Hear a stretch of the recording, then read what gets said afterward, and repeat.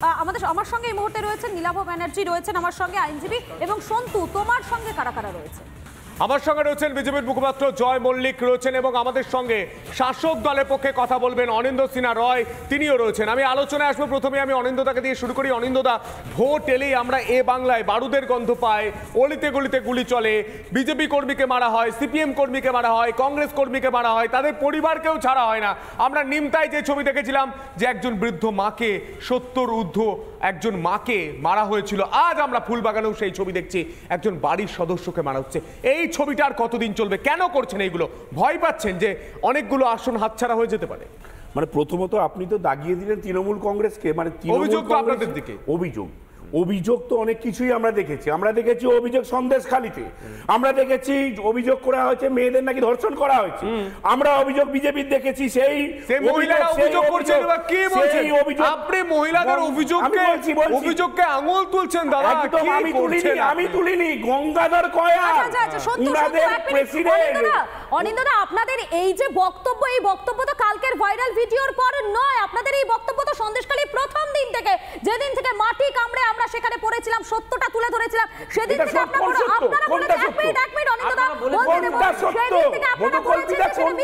গঙ্গাধর কয়াল যেটা বলে সেটা সত্য নাকি গঙ্গাধর কয়াল তো বলছে বিকৃত করা হচ্ছে? প্রথম দিন থেকে এটা আমাদের ডিবেট পার্ট না, আমাদের ডিবেট পার্ট। আর কতদিন ভোটের নামে বাংলায় রক্ত ঝরবে?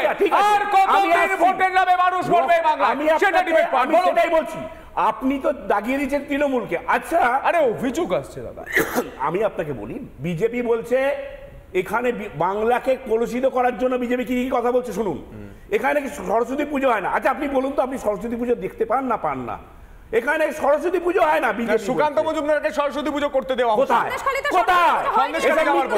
আরে কি বলছেন দাদা? এখানে বলছে 13 বছর ধরে নাকি রামকৃষ্ণ এবং বিবেকানন্দকে অপমান করা হচ্ছে।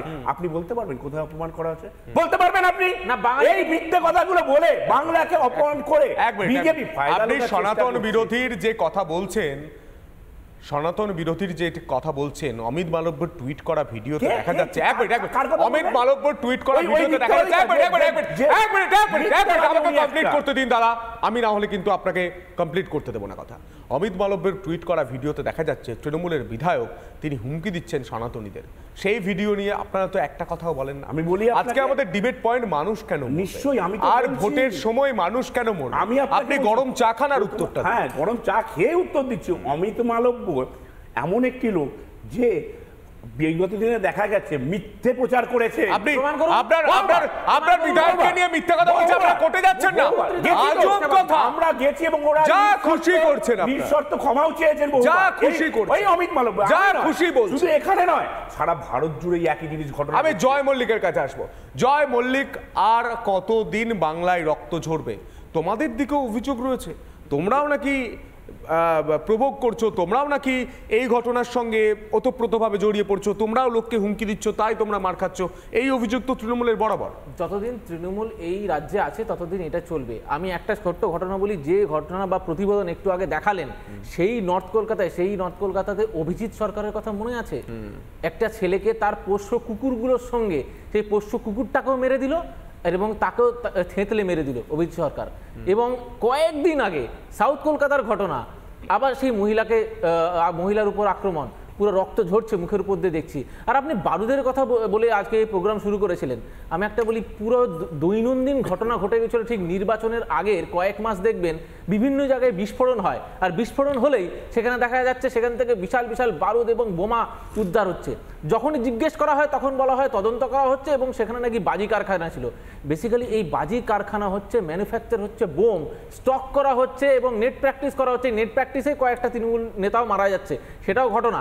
এবং দ্বিতীয় দিকে দেখা গেল অস্ত্র পাওয়া যাচ্ছে মাটির তলা থেকে, পশ্চিমবঙ্গেই হয়। একটা কথা বলি, পঞ্চায়েত ইলেকশনে দেখা গেল তৃণমূলের লোক সব থেকে বেশি মারা গেল। এবার বলি, আপনার কথাই বলছি, পঞ্চায়েত নির্বাচন ঘোষণার 24 ঘন্টার মধ্যে মৃত্যু হয়েছিল, এটাও মেনে নিন আপনি? না, আমি তো বলছি, আমি তো অস্বীকার করছি না। তৃণমূল নেতার পরিবারের সদস্যরা অন ক্যামেরায় অভিযোগ করেছে যে গোষ্ঠী দ্বন্দ্বের কারণে আমাদের পরিবারের সদস্য মারা গিয়েছে।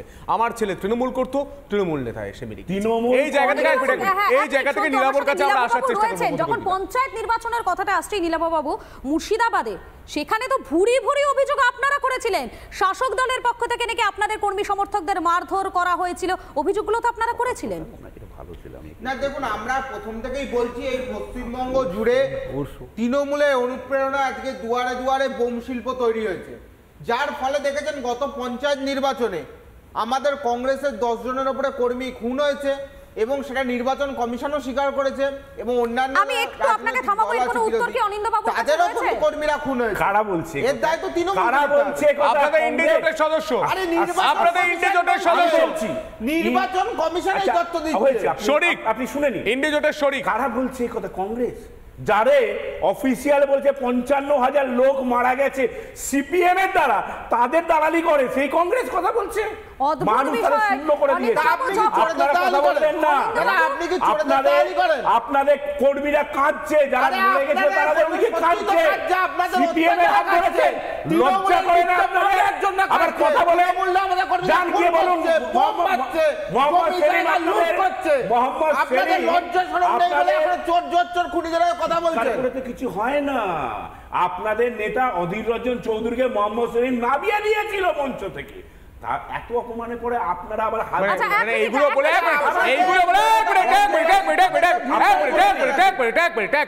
এইগুলো বলে এই খুন, এই রক্তপাতকে জাস্টিফাই না, করছে একদম জাস্টিফাই করছি না। লজ্জা। আজকে মুর্শিদাবাদে কথা লজ্জা, বলেন না, যান মুর্শিদাবাদে লজ্জা।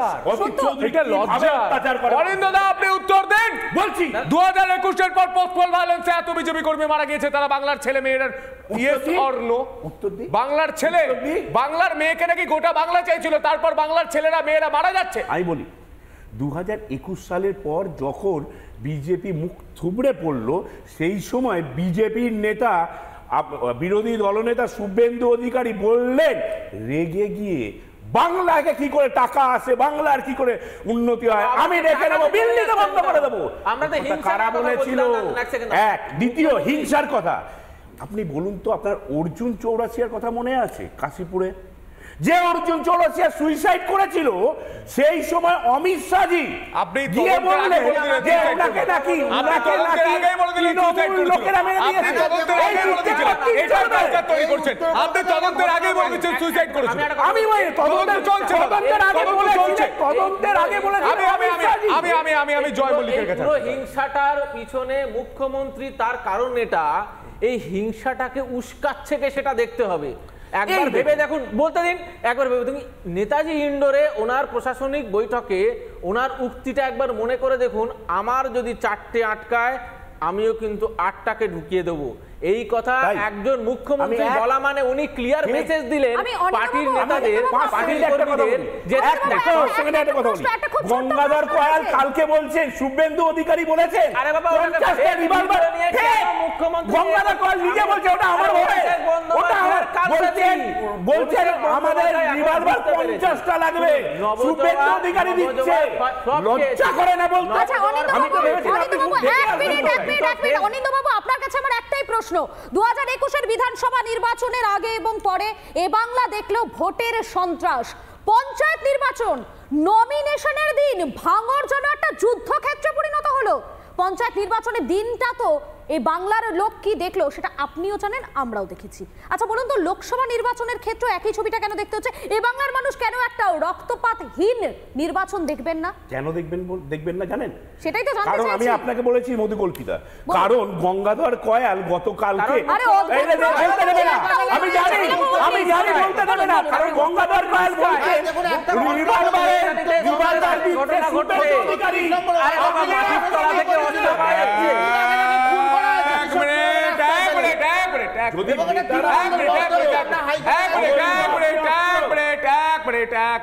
আমি 3জন অতিথি রয়েছে, 3জন অতিথিকে পরিষ্কার করে দিতে চাই।